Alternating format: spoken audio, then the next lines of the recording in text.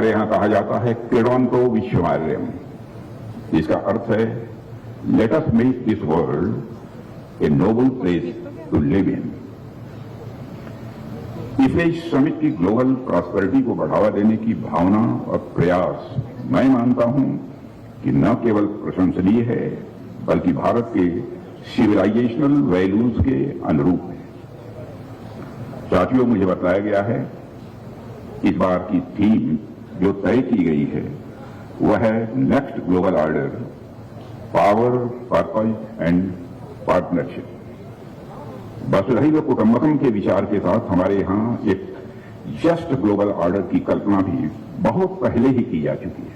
हमारे लिए कोई नई बात नहीं है। इस कल्पना में पावर का उद्देश्य कभी भी डोमिनेंस इस्टेब्लिश करना नहीं रहा है हमारे भारत में, बल्कि शांति, सद्भाव और सामूहिक समृद्धि सुनिश्चित करना, यह बराबर हमारा उद्देश्य रहा है। We have always envisioned a global order where power is guided by responsibility, purpose is rooted in the well-being of all, and partnership is the natural state of relations between nations. यानी जब शक्ति को जिम्मेदारी समझा जाता है तो उसका उद्देश्य सभी का कल्याण होता है और राष्ट्रों के बीच संबंध यह साझेदारी बन जाते हैं, यानी पार्टनरशिप बन जाते हैं। In our tradition the measure of strength is not in the ability to command but in the capacity to care, not in the pursuit of the narrow interest, but in the commitment to the global good.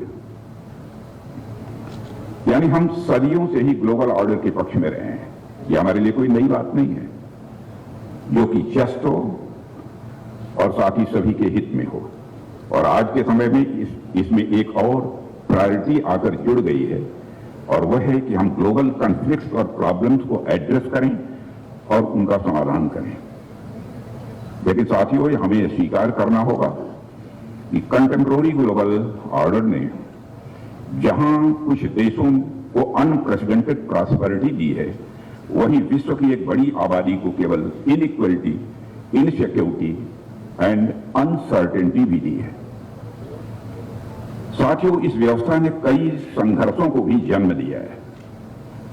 Climate change जैसी गंभीर चुनौती खड़ी की और global power politics को और भी अधिक गंभीर बना दिया है।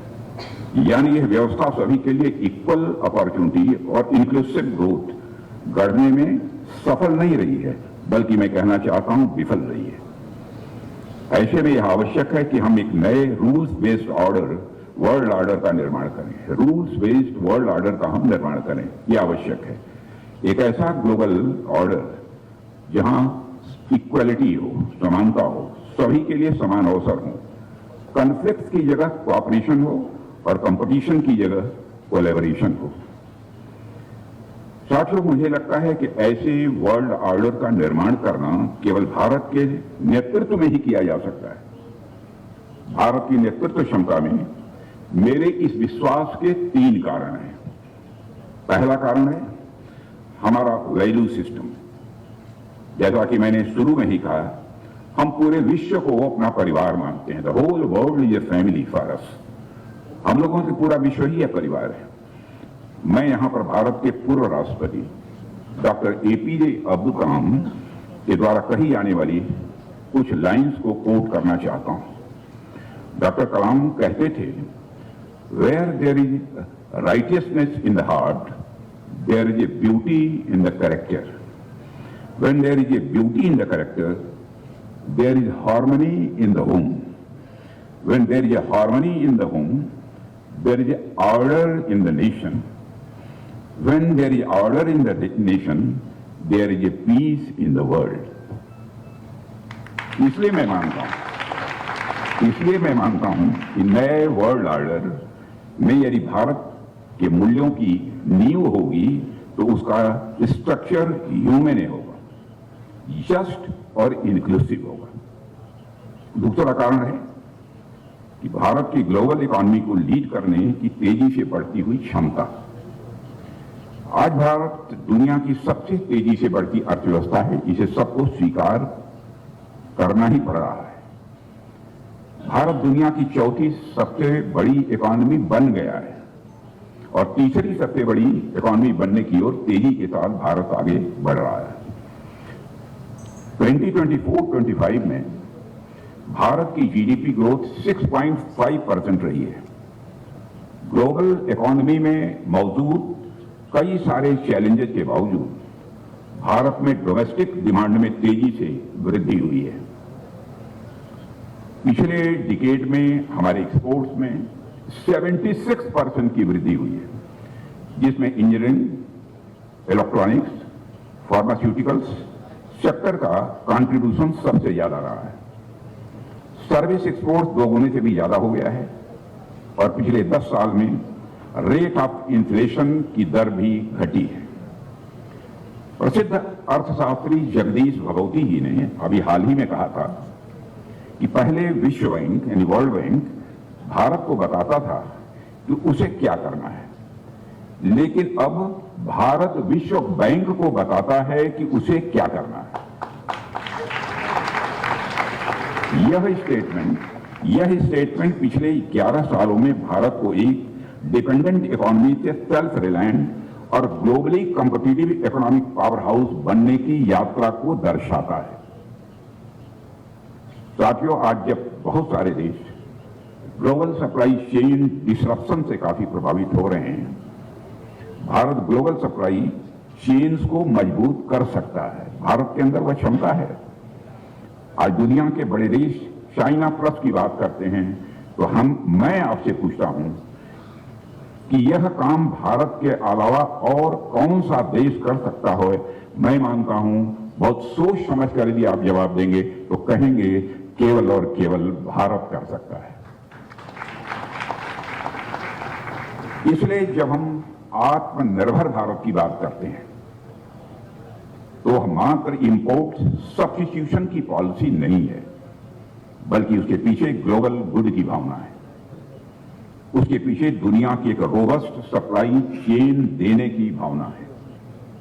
भारत की क्षमता में मेरे विश्वास का जो तीसरा कारण है वह है भारत का डेमोग्राफिक डिविडेंड। भारत में दुनिया की सबसे बड़ी यूथ पॉपुलेशन है, जिसमें लगभग 65% लोग 35 ईयर्स की कम आयु के हैं। हमारी सरकार ने डेमोग्राफिक डिविडेंड को न सिर्फ पहचाना है बल्कि निरंतर उसे मजबूत करने का काम किया है। एक नए आत्मविश्वास से भरपूर हमारे युवा विज्ञान से लेकर खेल जगत में अपनी पहचान बना रहे हैं। उनकी क्षमता और प्रतिभा के अनुरूप अवसर तेजी से बनाए जा रहे हैं। वहीं एंटरप्रेन्योरशिप के लिए सरकार ने एक कंडूसिव एनवायरनमेंट भी तैयार किया हुआ है। भारत में आज दुनिया का तीसरा सबसे बड़ा स्टार्टअप इकोसिस्टम बन चुका है और आज तो आप जानते हैं कि भारत में मोर देन 100 यूनिकॉर्न्स खड़े हो गए। साथियों, इन 3 कारणों के अलावा भी कई अन्य कारण भी हैं, लेकिन मुझे लगता है कि ये 3 कारण अपने आप में भारत को एक नए ग्लोबल ऑर्डर को नेतृत्व प्रदान करने की क्षमता प्रदान करते हैं। साथियों, आज भारत को लेकर पूरी दुनिया में एक उम्मीद बनी है और केवल उम्मीद ही नहीं बनी है बल्कि एक विश्वास का अभाव, एक सेंस ऑफ कॉन्फिडेंस लोगों के अंदर पैदा हुआ है। यह सब इसलिए भी संभव हुआ है क्योंकि सरकार की इंटेंशन, सरकार की नीयत साफ है और हमारी नीयत देश के हित में है। हमारी सरकार ने ईज ऑफ लिविंग और ईज ऑफ डूइंग बिजनेस पर भी विशेष बल दिया है। हमने करीब 1500 पुराने पड़ चुके कानूनों को समाप्त किया है एक झटके में। हमने नेशनल लॉजिस्टिक्स पॉलिसी भी लॉन्च की है। मल्टी मॉडल लॉजिस्टिक्स हब बनाए जा रहे हैं। मैन्युफैक्चरिंग को बढ़ावा देने के लिए PLI स्कीम भी लॉन्च की गई है और मेड इन इंडिया को बढ़ावा दिया गया है। यही कारण है कि आज भारत एक ग्लोबल मैन्युफैक्चरिंग हब के रूप में अपनी पहचान स्वाभाविक रूप से बना रहा है। साथियों, आज के समय में साइंस एंड टेक्नोलॉजी के सेक्टर में भी काफी बदलाव तेजी से हो रहा है। भारत भी इस सेक्टर में तेजी से प्रोग्रेस कर रहा है। सरकार ने देश की आर्टिफिशियल इंटेलिजेंस कैपेबिलिटीज को मजबूत करने के लिए इंडिया एआई मिशन भी प्रारंभ किया है, जिसके तहत ऐसे मॉडल विकसित किए जाएंगे जो भारत की आवश्यकताओं को पूरा करेंगे, और हम चाहते हैं कि भारत ग्लोबल एआई हब बने और बनेगा। यह हमारी गवर्नमेंट का पक्का विश्वास है। साथियों, हमारी सरकार ने मिशन मोड में सेमीकंडक्टर के काम को भी आगे बढ़ाया है, और जैसा कि प्रधानमंत्री जी ने स्वतंत्रता दिवस के अपने संबोधन में कहा है, आपने सुना होगा, इसी वर्ष के अंत तक भारत की बनी हुई, भारत के लोगों के द्वारा बनाई हुई मेड इन इंडिया सेमीकंडक्टर बाजार में आ जाएगी। साथियों, आज जब दुनिया टेक्नोलॉजी डिसरप्शन के दौर से गुजर रही है, तो सबसे बड़ा प्रश्न यह है कि हम सिक्योर, इनक्लूसिव और सस्टेनेबल ग्रोथ के पाथवेज कैसे गढ़ें। यह केवल इकोनॉमिक स्ट्रेटजी से जुड़ा विषय नहीं है, बल्कि फ्यूचर ऑफ ह्यूमैनिटी और उसके वेलफेयर से भी जुड़ा हुआ यह सब्जेक्ट है। साथियों, भारत के एंशिएंट कल्चर और ट्रेडिशन में सस्टेनेबल डेवलपमेंट और इन्वायरमेंटल कंजर्वेशन को महत्व दिया गया है। हमारी स्पिरिचुअल और फिलोसॉफिकल ट्रेडिशन में यह सोच बहुत ही डीपली इम्बेडेड है कि मानव और प्रकृति, ह्यूमन और नेचर, ये अलग नहीं बल्कि एक दूसरे से गहराई के साथ जुड़े हुए हैं। अथर्ववेद का एक पृथ्वी सूक्त है। अथर्ववेद हमारा वेद है।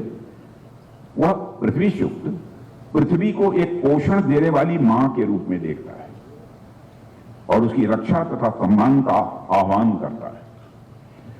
यह फिलॉसफी आज भी हमें यह याद दिलाती है कि क्लाइमेट चेंज और इकोलॉजिकल इम्बैलेंस जैसी चुनौतियों का समाधान केवल टेक्नोलॉजी से नहीं है, बल्कि सिविलाइजेशनल इथोस से ही संभव है, जिसमें नेचर को सेक्रेड माना जाता है। साथियों, हम एनर्जी सिक्योरिटी के लिए ग्रीन एंड रिन्यूएबल एनर्जी को बढ़ावा दे रहे हैं।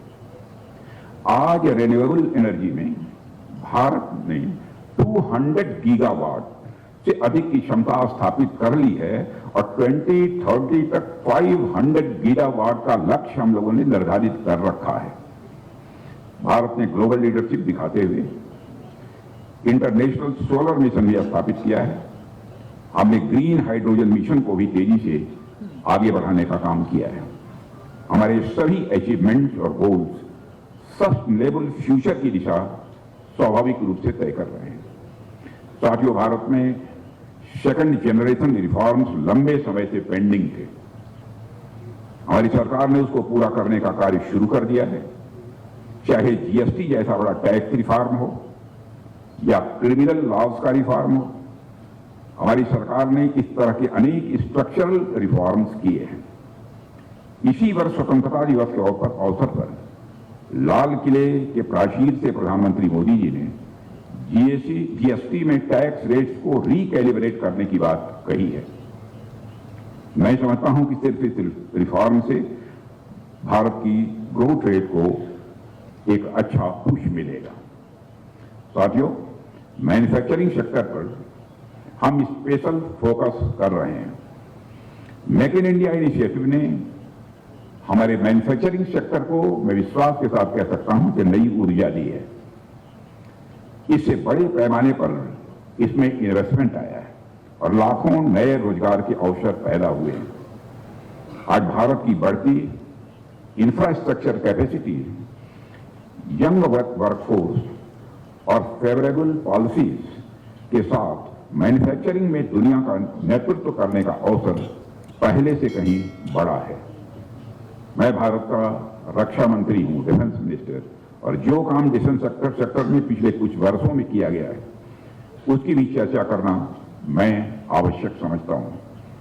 पहले हम अपनी डिफेंस रिक्वायरमेंट्स को, रक्षा जरूरतों को पूरा करने के लिए पूरी तरह से विदेशों पर निर्भर थे, लेकिन आज मैं एक सेंस ऑफ प्राइड के साथ इस बात को मैं कह सकता हूं कि भारत डिफेंस के मामले में बड़ी तेजी से सेल्फ रिलायंस की तरफ बढ़ रहा है।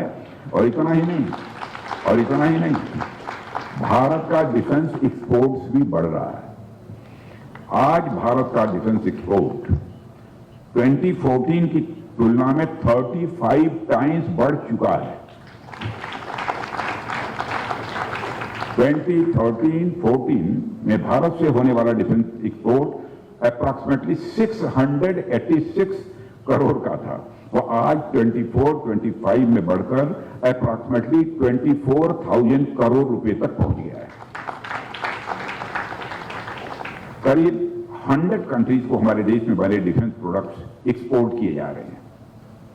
हमारा यह टारगेट है कि इस साल हमारा डिफेंस एक्सपोर्ट 30,000 करोड़ रुपए और साल 2029 तक 50,000 करोड़ रुपए तक पहुंच जाए।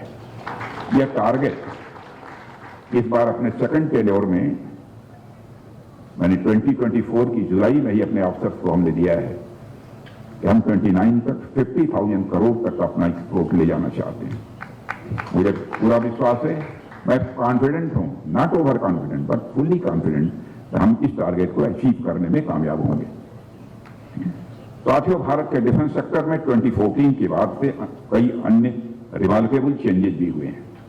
प्रधानमंत्री श्री मोदी जी के नेतृत्व में भारत के रक्षा क्षेत्र को मजबूती देना सरकार की सबसे बड़ी प्राथमिकताओं में से रहा है।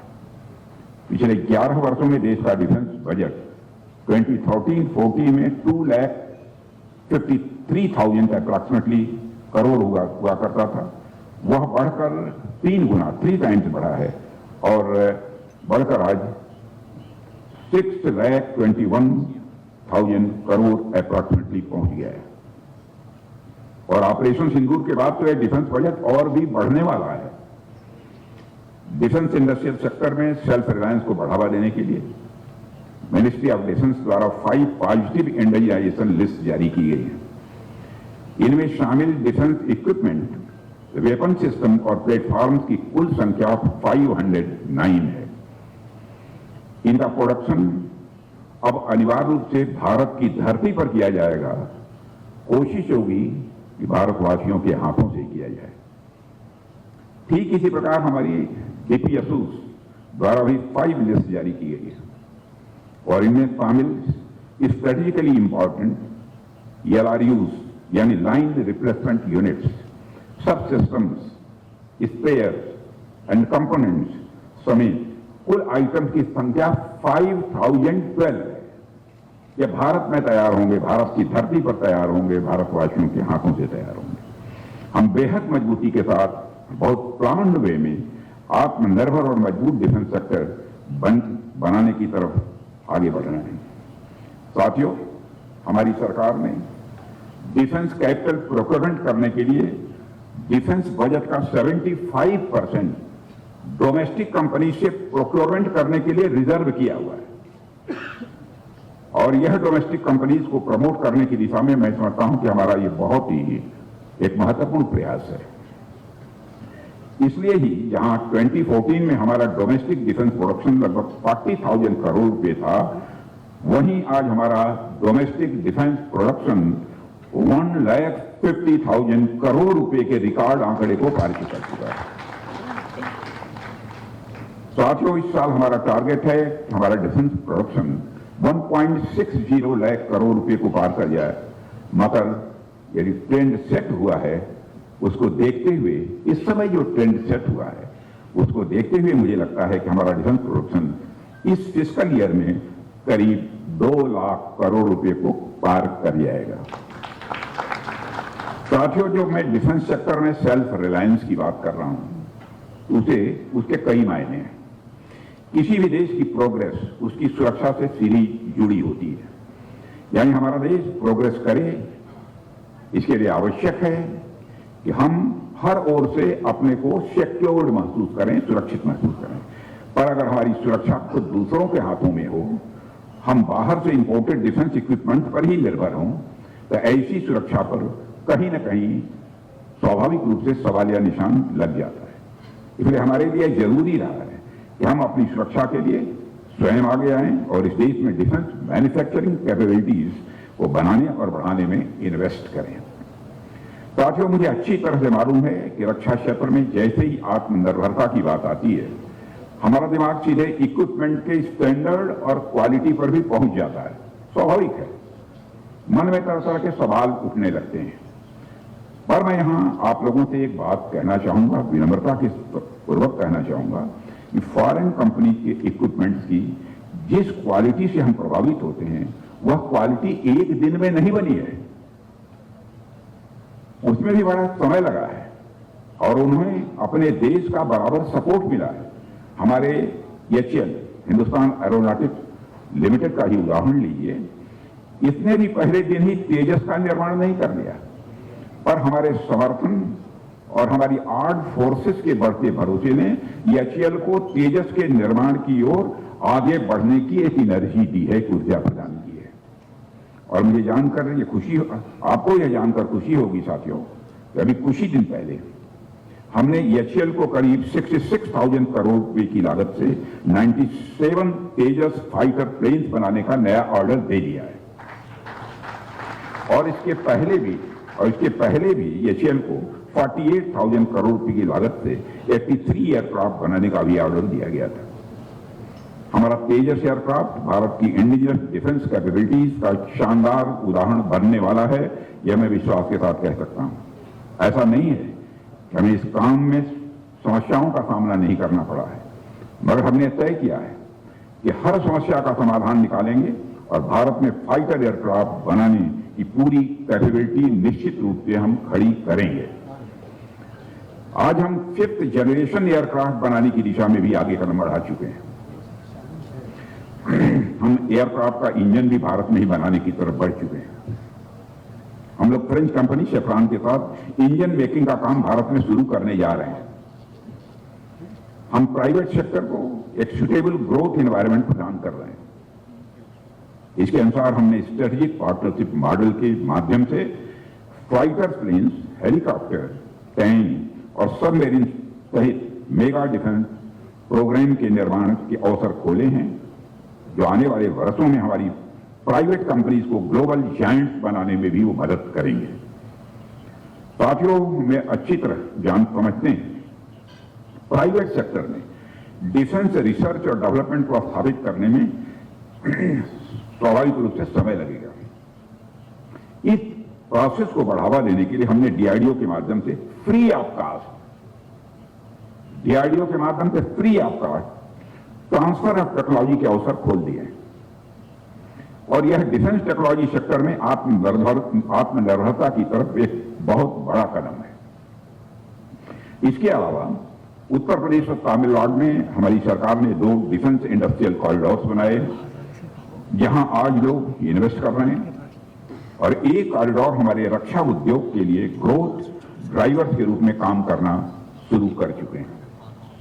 साथियों, आज की फास्ट इवॉल्विंग ग्लोबल सिनेरियो में मैन्युफैक्चरिंग यह तभी कामयाब हो सकता है जब हम इनोवेशन और इंटरप्राइज के बीच एक सिनर्जेटिक रिलेशनशिप स्थापित करने में सक्षम हैं। रक्षा में इनोवेशन और टेक्नोलॉजी डेवलपमेंट को बढ़ावा देने के लिए इनोवेशन फॉर डिफेंस एक्सीलेंस, जिसे IDEX के नाम से पुकारते हैं, इसकी शुरुआत की गई थी और इसका उद्देश्य था डिफेंस और एरोस्पेस सेक्टर में इनोवेशन और टेक्नोलॉजी डेवलपमेंट के लिए एक इकोसिस्टम का निर्माण करना। साथियों, प्रारंभ से ही फॉरेन टेक्नोलॉजी को एक्वायर करना एक बहुत बड़ी चुनौती रही है। भारत सरकार ने नए डिफेंस इंडस्ट्रियल लाइसेंस की मांग करने वाली कंपनियों के लिए ऑटोमेटिक रूट के माध्यम से डिफेंस सेक्टर में 74% तक और गवर्नमेंट रूट द्वारा 100% तक FDI को बढ़ाया है। और मुझे ये कहते हुए गौरव की अनुभूति हो रही है कि हमारी आर्म्ड फोर्सेज ने आत्मनिर्भरता के प्रयास को पूरे जोश खरोश के साथ अपना समर्थन दिया है और इन सभी उपायों के परिणाम स्वरूप इंडिजिनस डिफेंस इंडस्ट्री को दिए जा रहे कॉन्ट्रैक्ट की संख्या में भी अच्छी खासी वृद्धि हुई है। साथियों, जब हम सेल्फ रिलायंस यानी आत्मनिर्भरता की बात करते हैं तो हम सिर्फ भारतीय कंपनियों की बात नहीं करते हैं, दुनिया की जितनी भी बड़ी बड़ी डिफेंस कंपनी है, उन सबके लिए भी आज मौका है। भारत में आए, भारत में इन्वेस्ट करें। यहां डिफेंस इक्विपमेंट के को प्रोडक्शन का पूरा अवसर है। हमारे सामने एयरबस का उदाहरण है। आज वे भारत में ही टाटा एरोस्पेस के साथ C-295 जहाज बना रहे हैं। मैं नहीं कहता हूं कि चैलेंजेस नहीं है, मगर इन चैलेंजेस को ओवरकम करने के लिए एक स्ट्रांग विल पावर हमारी गवर्नमेंट में मौजूद है। यह बात तो मैं विश्वास के साथ कह ही सकता हूं। Friends, I would like to appeal to all foreign companies and investors to come and invest in India's vibrant defense manufacturing ecosystem. We will provide you with all the necessary clearances and offer hand-holding support. Our Make in India is not limited to India only. When you make in India, you will make for the world. साथियों, भारत की सोच development और piece oriented है। हमारे लिए development in isolation नहीं है, बल्कि कलेक्टिव डेवलपमेंट ज्यादा महत्वपूर्ण है भारत के लिए। मगर दुनिया में कई देश ऐसे हैं जो इस पॉलिटिकल सोच के साथ नहीं जुड़ पा रहे। उनके लिए डेवलपमेंट प्रॉस्पेरिटी से नहीं, बल्कि कॉन्फ्लिक्ट से जुड़ा हुआ मुद्दा है। मैं एक दो बातों को यहां पर रखना चाहूंगा। सबसे पहले मैं उस स्टेटमेंट पर आपका ध्यान आकर्षित करना चाहूंगा जो हाल ही में पाकिस्तान के आर्मी चीफ जनरल असीम मुनीर ने दिया है। उन्होंने कहा India is a shining Mercedes coming on A highway like Ferrari. India is a shining Mercedes coming on a highway like a Ferrari, but we are a dump truck full of gravel. If the truck hits the car, who is going to be the loser? यानी भारत की economy highway पर दौड़ती हुई Mercedes और Ferrari जैसी है। उन्होंने कहा है, मैं नहीं कह रहा हूं। और पाकिस्तान की इकॉनमी एक मलबे से भरी डंप ट्रक जैसी है। तो अगर दोनों टकराएंगे तो देखिए इसकी क्या हालत होगी। अब इसका जवाब तो आप लोग जानते हैं। साथियों, अब इस बयान पर पाकिस्तान के अंदर भी और पूरी दुनिया में असीम मुनीर को खूब ट्रोल किया गया। सबने यही कहा कि अगर दो देश एक साथ आजाद हुए और एक देश ने कड़ी मेहनत, सही नीतियों और दूरदृष्टि से फेरारी जैसी अर्थव्यवस्था बनाई और दूसरा अभी भी डंपर की स्थिति में है, यह उनकी अपनी नाकामी है। मैं असीम मुनीर के इस बयान को एक कन्फेशन के रूप में मैं मानता हूं, देखता हूं।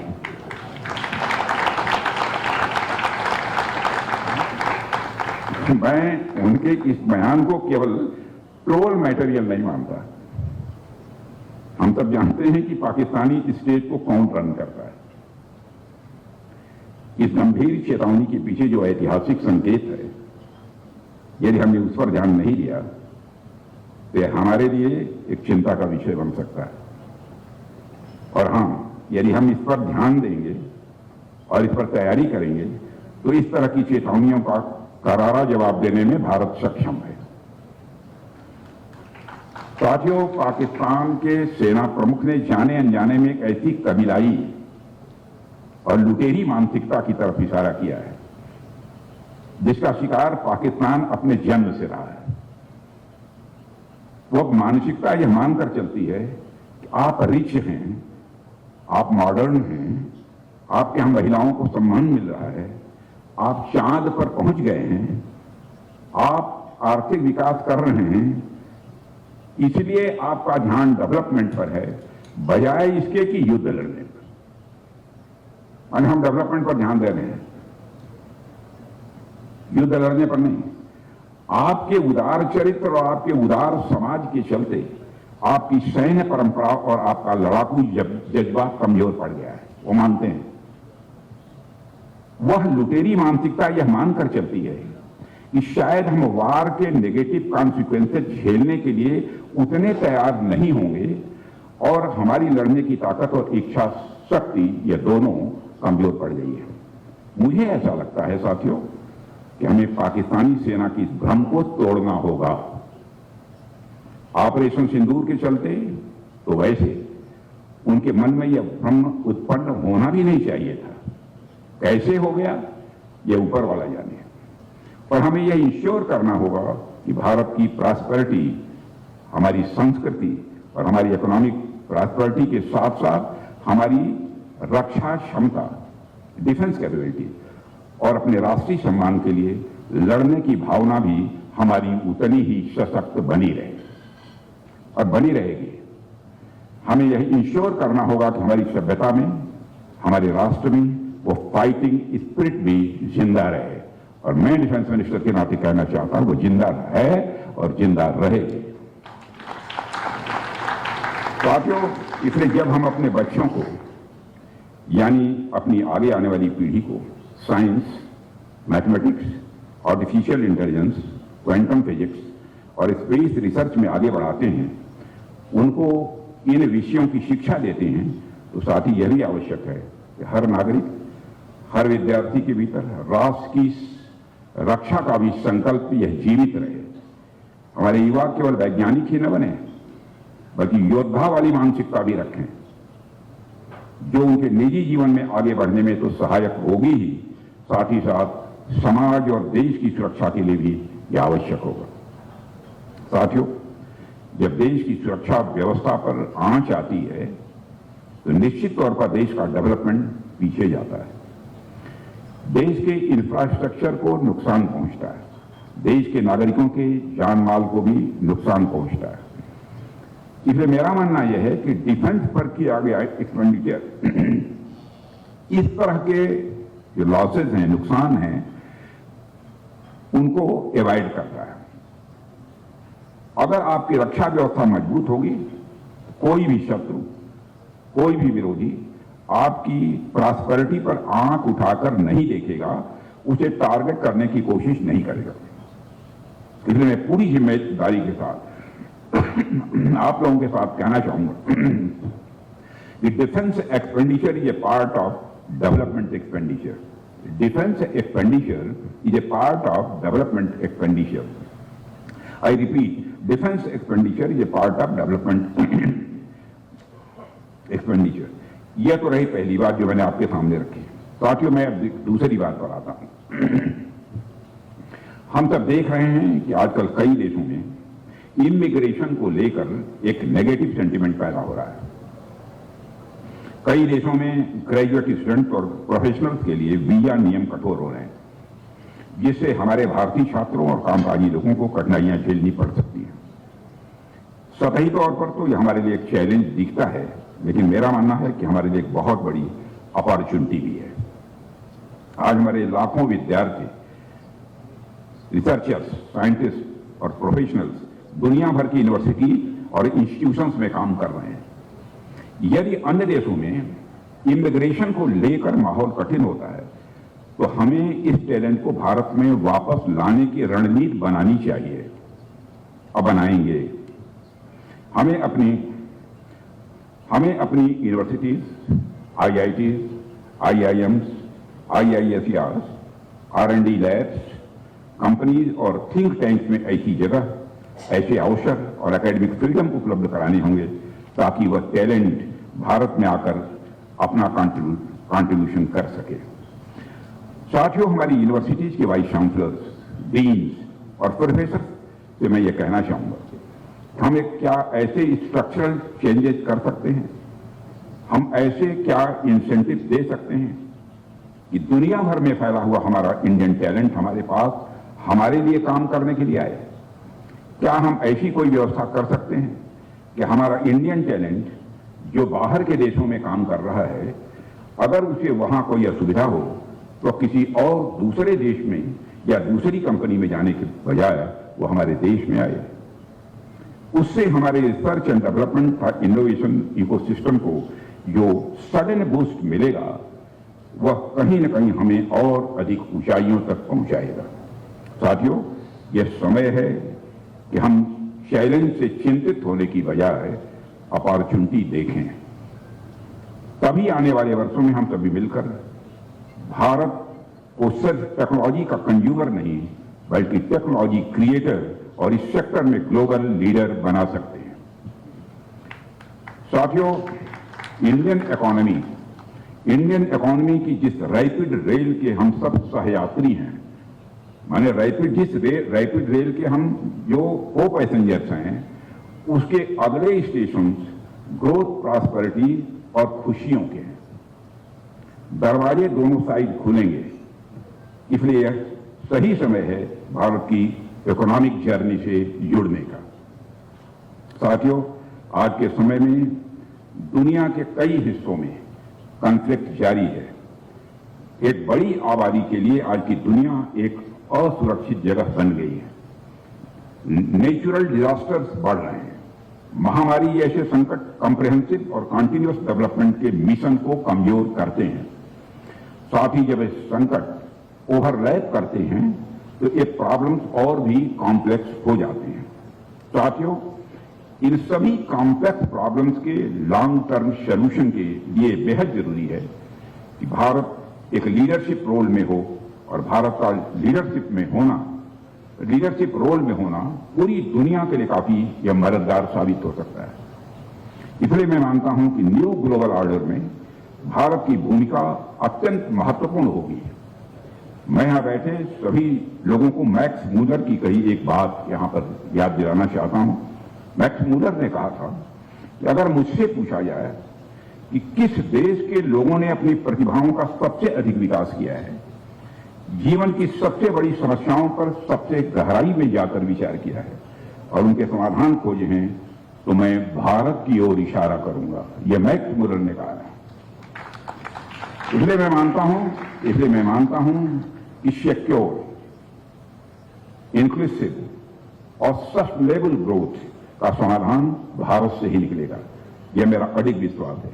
इन्हीं शब्दों के साथ मैं आप सभी को धन्यवाद देते हुए अपना मैं निवेदन समाप्त करता हूं।